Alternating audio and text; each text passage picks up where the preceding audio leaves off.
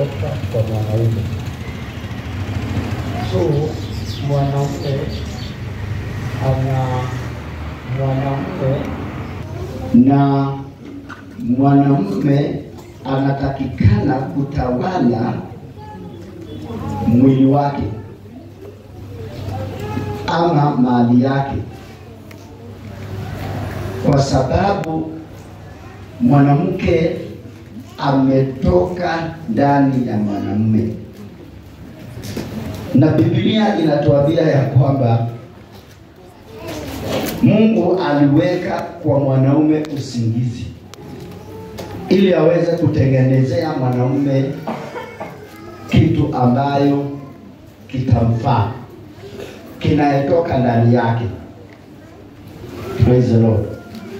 Sitaki kuongelea hiyo sana kwa sababu hiyo ni ya harusi, na wenda hata mtu akawa anakosa maana ya hiyo ujumbe, kwa sababu elewi ni ujumbe gani huu. Kitu nilitaka ujue tu katika scripture hiyo ni ya kwamba kwa kuwa Mungu amefanya ama mwanamke ametoka kwa mwanaume, anawajibika moja kwa moja kwa mwanamke. Hii ni ungu. Hii tunaondoa vile sisi wenyewe na hisia zetu na ukawaida wetu wa binadamu, vile tunafanya maamuzi, kwa sababu sisi watu tunafanya maamuzi yetu. Ukiwa mwanamke unaweza kufanya maamuzi yako na useme wewe hautatawaliwa na huyo mwanaume, na hiyo ni maamuzi yetu, lakini ambayo ni kinyume cha mpango wa mwanzo wa wakati ambayo Mungu hakuwa ameumba chochote kingine. Alikuwa ameumba mwanzo na kuumbia mwanzo wa wanadamu. Kwa hivyo hiyo ni jambo ama ni mambo ambayo tunaweza kujaribu kuyaondoa, lakini haiwezi kuondokeka kwa sababu imewekwa hapo ikiwa ni hivyo Mungu amepanga. Sema Bwana Yesu, sema amen. Amen. So sasa nataka tuingie katika mada kamili ya neno la Bwana. Ningependa ufungue Biblia yako kwenye kitabu cha Isaiah 54. Isaiah 54, nitataka tusome mstari wake wa 5 peke yake. Hapo tuna mambo mengi ninataka tuweze kuangalia na ili tuweze kusonga mbele katika mengine. Isaiah 54 verse 5, Biblia inasema hivi. Ningependa kwa uwezo wa Bwana tusome pamoja. Inasema hivi: kwa sababu muumba wako ni mume wako. Haleluya. Kwa sababu muumba wako ni mume wako. Sasa tumewachana ile mambo ya Genesis. Tuachane naye kabisa na usirudi huko, kwa sababu huko mimi naona inaweza hata kukukasirisha. Tukuje sasa kwa neno la Bwana.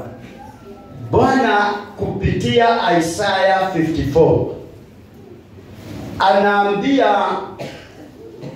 watu wa Israeli ya kwamba yeye ambao ni muumba wao, yeye ni mume wao. Bwana asifiwe.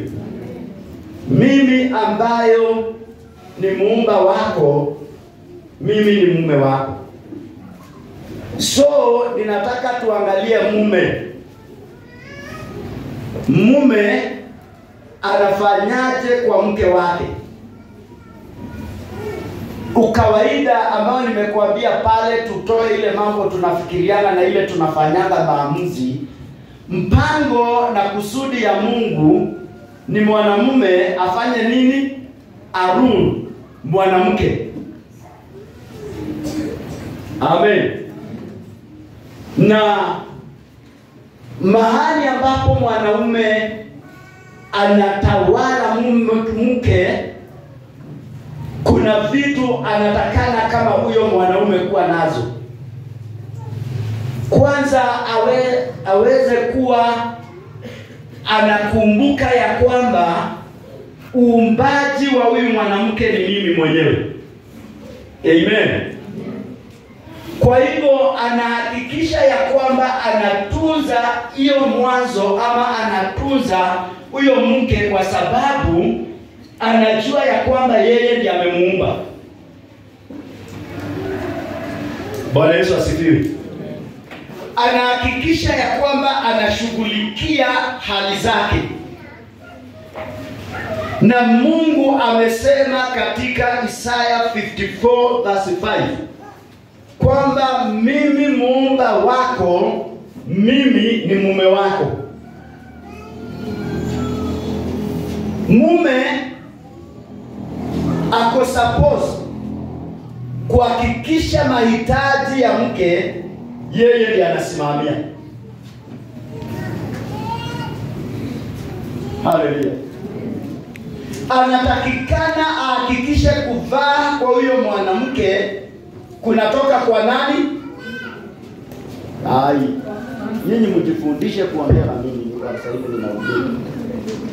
Anatakikana ajue ya kwamba kuvaa kwake kunatakana kwa huyo mwanamke kutoke wapi? Kwa mume. Kwa mume. Haleluya. Kukula kwake kutoke kwa mume wake. Mafuta ya kujipaka na aweze kurembeka itoke kwa mwanaume ama kwa mume wake. Praise the Lord.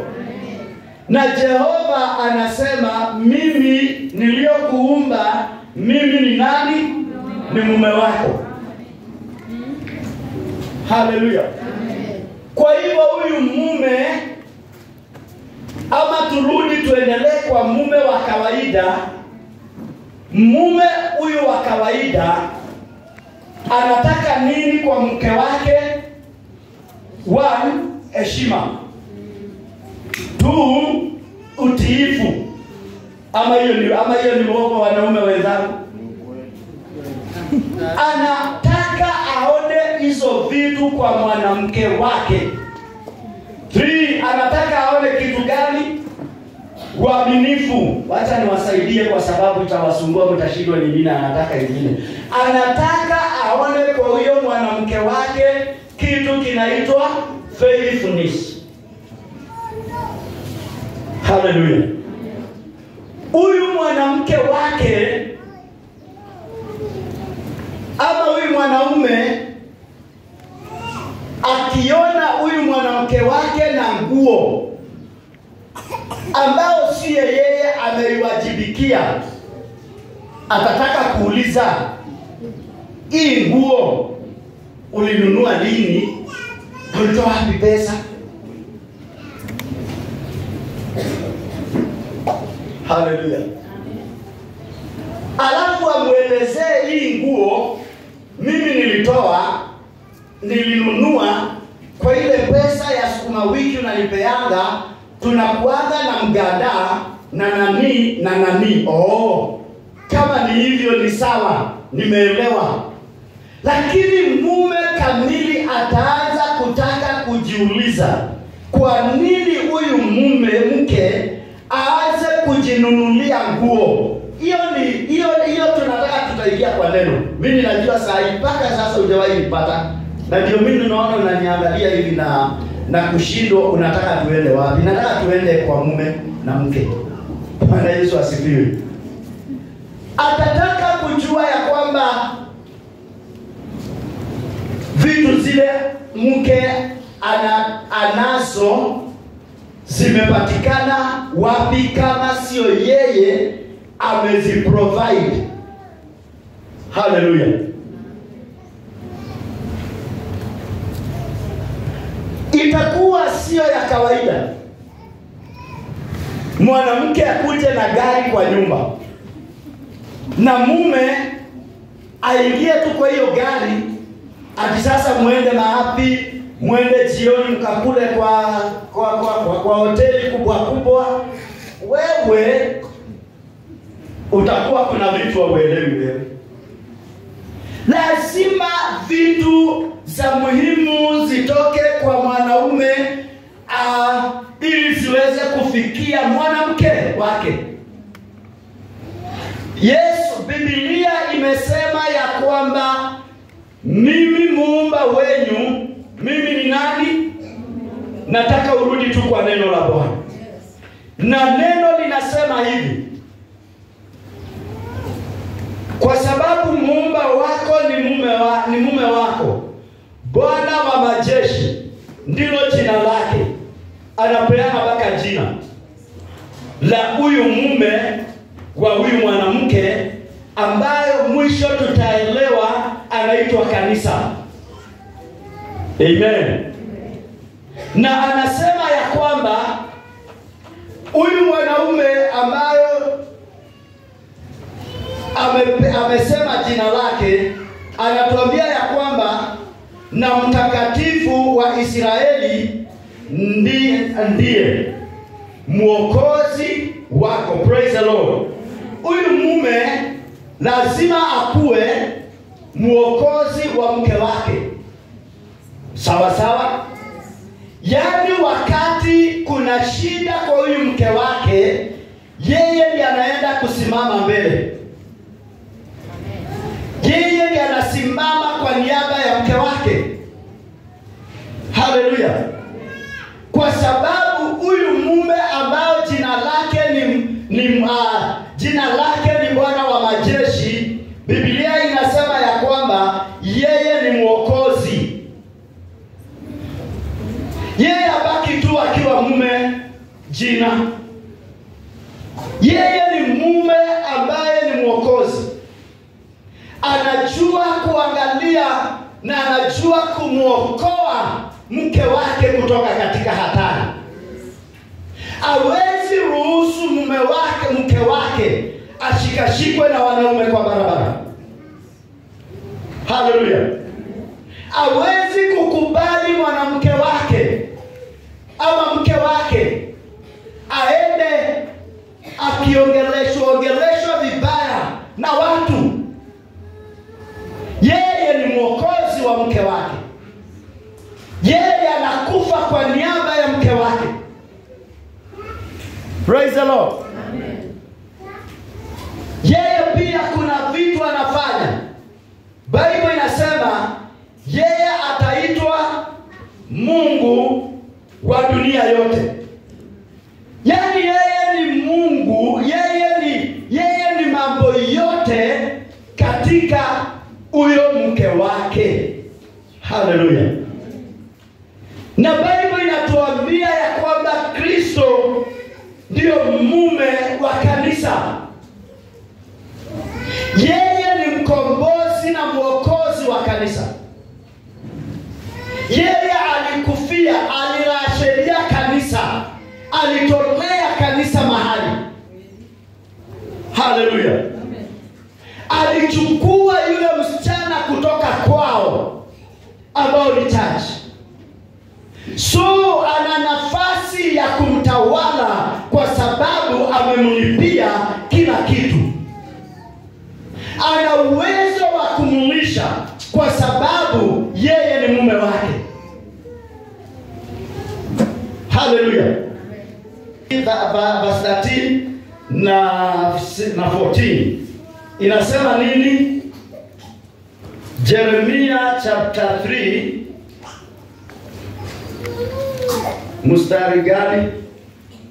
13 na 14. Soma, hebu nisomee hiyo leo sasa. Yeremia 3 mstari wake ni 13. Inasemaje? Inasema ya kwamba ungama uovu wako tu. Sikia maneno ambaye huyu mume anaambia mke wake sasa.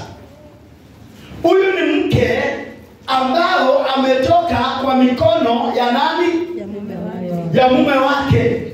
Na wapendwa, msinikasirikie, mimi sitaki makasiriko. Naongea maneno ya neno la Bwana. Siji kama tunapatana. Haleluya. Anasema fanya tu nini? Ungama dhambi zako. Ungama tu uovu wako. Mambo yako hiyo. Yaani wewe mke ulitoka katika kukubali kukaa mikononi mwa mume. Haleluya. Wewe ukaamua kuenda kando ya mume. Mume mzuri wa kidunia, yeye hujua kusamehe mke wake. Piga makofi kwa Yesu.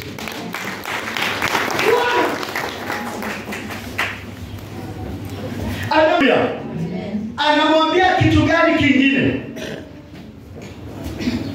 Ya kwamba ungama uovu wako tu, ya kwamba umemwasi Bwana Mungu wako, na njia zako zimekuwa nyingi kuwaendea wageni chini ya kila mti wenye majani. Mke mzuri hawezi kwenda kwa wageni. Haleluya. Na sasa mimi nauliza, upande ya wanaume mnanielewa kweli? Mnanipata? Hiki kitu si mzuri. Haleluya. Na sasa nyinyi mnanipata? Si hata afadhali niseme ndio bado wako kwa giza lakini wananipata pia. Na wanakuelewa. Si ndio wananipata?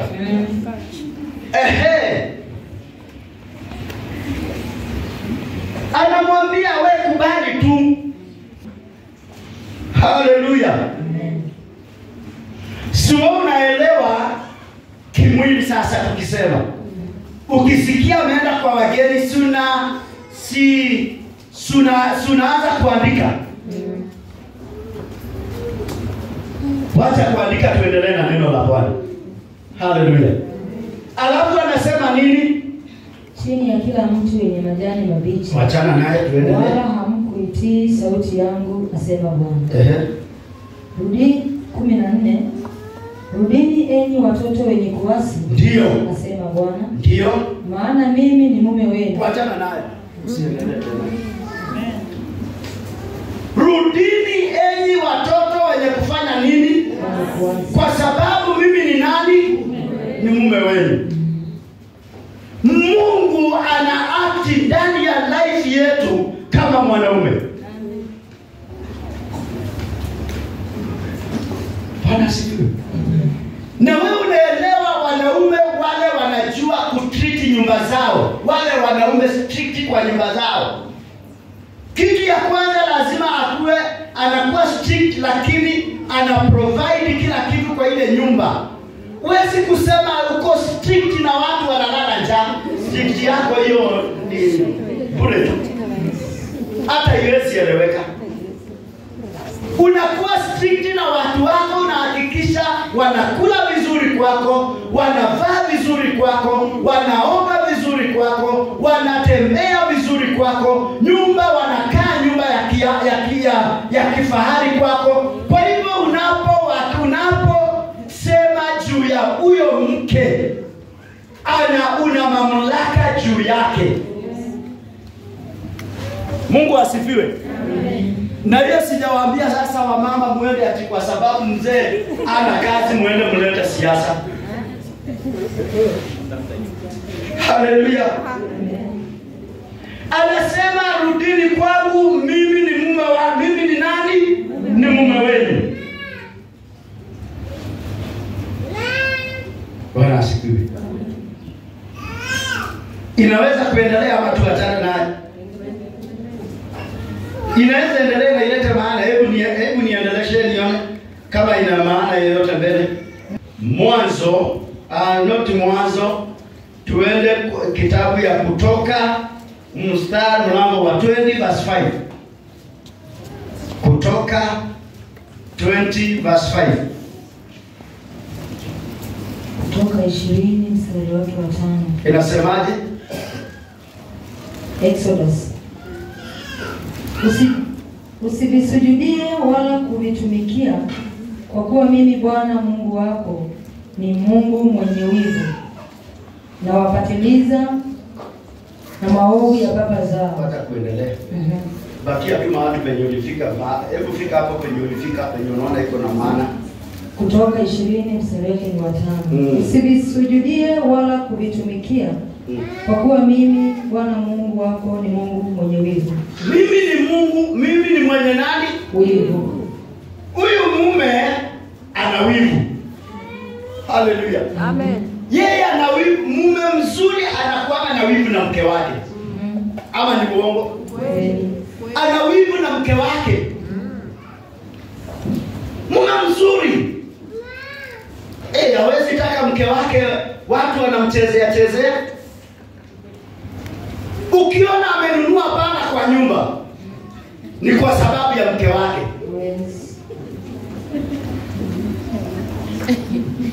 Ukiona ako mpaka na ile jemeshoka kwa boma, si ati ni kwa nini?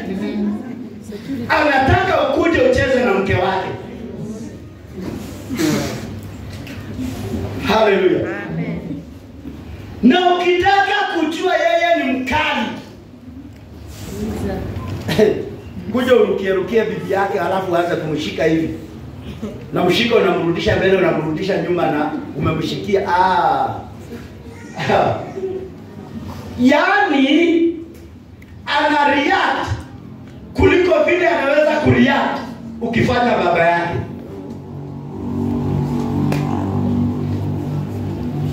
Kwa sababu ana wivu na mke wake. Bwana asifiwe. Amen. Ukiona mama haulizwingwi, hata ukifika saa 6 ya usiku kwa nyumba, ufike ukute mzee alishalala amemorota mara 17 na ukikuja tu na lala una shida na hata yeye ana shida. Sitaki niongee sana kwa sababu nitaongea maneno ya kiapa alafu pengine ni haribu order ya maisha ya watu ya kawaida. But mume mwenye wivu vizuri anataka akifika kwa nyumba akukuta.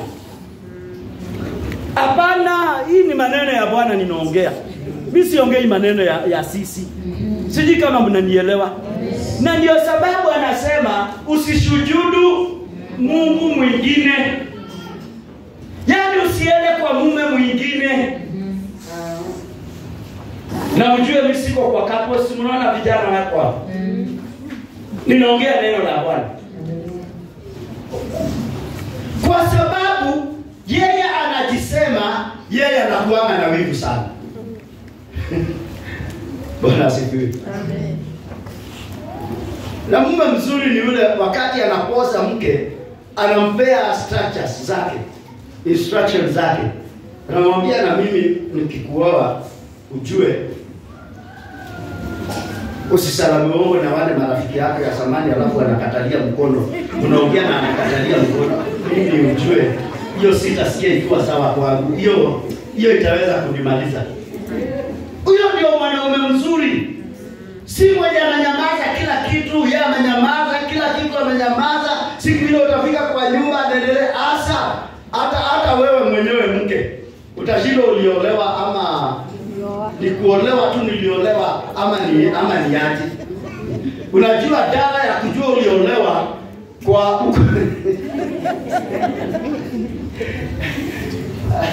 si kwa kanisa huko kwetu zamani. Dawa ya kuolewa ilikuwa ni uchapwe kwa kwanza. Basi ukichapwa sasa mama anajua mimi niko kwa boma yangu sasa. Sasa tuseme ile ya kwetu, tunasema ya hapa kwa Kristo. Kristo anataka akikuoa asikuone na wageni. Asione ukisimama na mwanaume huyo wa zamani ambayo alitoa mali yake akakunyang'anya kutoka kwake. Asikuone na yeye. Haleluya. Amen. Asione unakula chakula ya kwa huyo mtu.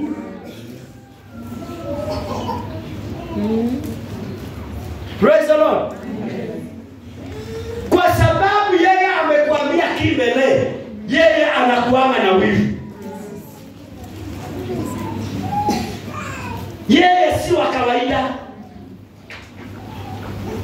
Haleluya. Amen. Na kwa hivyo kwa sababu tuna mume ambayo ana provide maisha yetu, lazima tutembee katika maisha ya huyo mume wetu.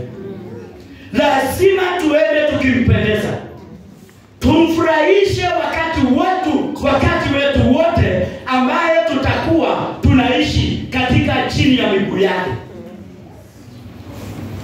Hallelujah. Wakati wote tuko kwa laini zake, lazima tukubali kumtii. Bwana asifiwe. Mwanamke ambao anakosa kutii mwanamume wake, nini inatokeaga? Wale ambao sisi wote tunaelewa nini utokea? Si ni divorce. Hiyo na kweli hiyo ni mtihani ngumu kupita. Si ni divorce inatokeaga? Divorce ikitokea, nani anaumiaga sana kati ya hawa? Nani wanaumia sana? Kwa sababu mume anaweza fanya nini? Anaweza kuoa tena hata kabla ya miezi 2. Lakini mke kitambo aolewe na alikuwa bibi ya mtu, na alikuwa bibi ya mtajiri. Wewe, mume wetu ni mtajiri. Amen. Na niliwaambia hapo hiyo mume mwingine wa zamani ambao tunaambiwa tusimuinamie, nyumba yake siku hizi inafungwa. Anakosana redi siku hizi. Huyu mume wetu tukimtii na tutembee kama vile anatuhitaji, tutaishi siku nyingi. Haleluya. Magonjwa mabaya haitatupata tukiwa na yeye. Huyu mume wetu, hatutaonekana kukosa heshima, tutakuwa na heshima tukiwa na huyu mume wetu.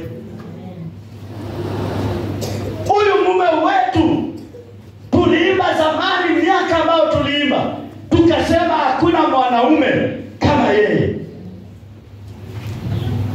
Bwana Yesu asifiwe. Yeye hajui kushindwa ni nini. Huyu mume wetu anasema katika Psalm 132 verse 13 to 14, anasema nini? Nataka tuangalie hapo tunapoenda kumalizia. 13 verse 13 to 14. Psalms 132. 132 13 to 14. Biblia inasema ya kuwa kwa kuwa Bwana ameichagua Sayuni, ameitamani akae ndani yake. Niletee mgeni hapa. Wewe lete hapa. Zaburi 132 mstari wake ni wa 13. Biblia inasema kwa kuwa Bwana ameichagua Sayuni, ameitamani akae ndani yake. Kwa kuwa Mungu amefanya nini?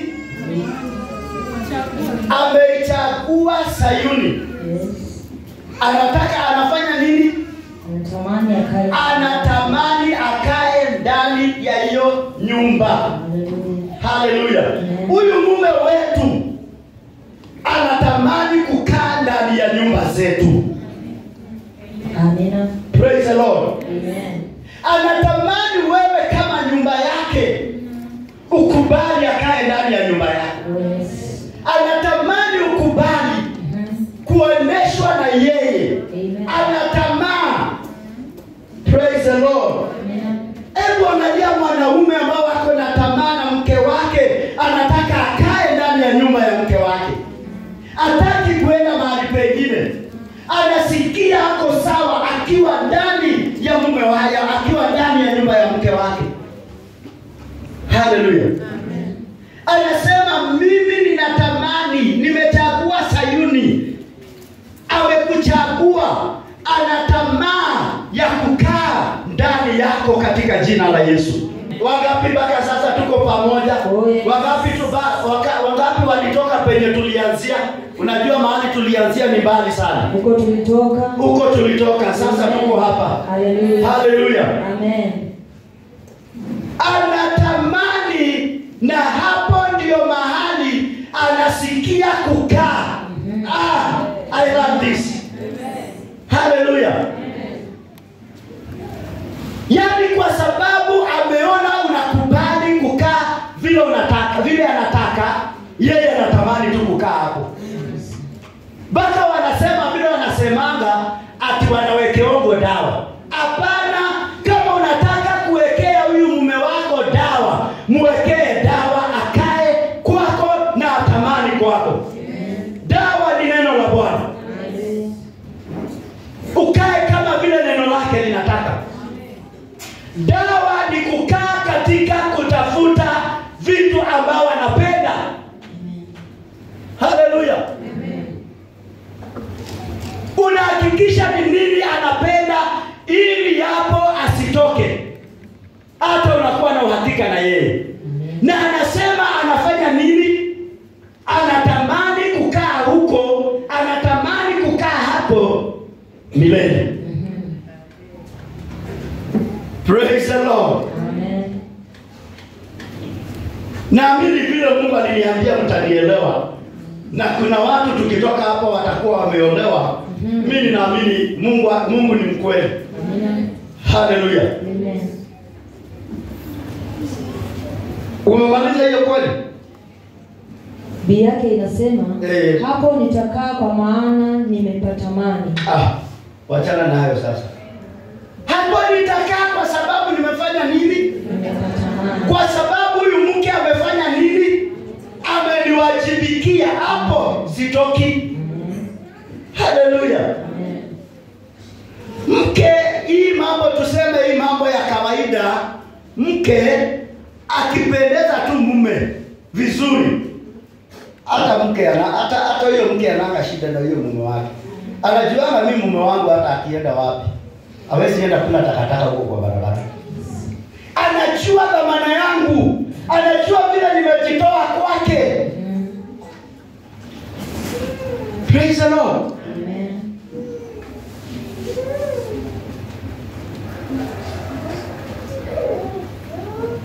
Hapo nitakaa siku zote.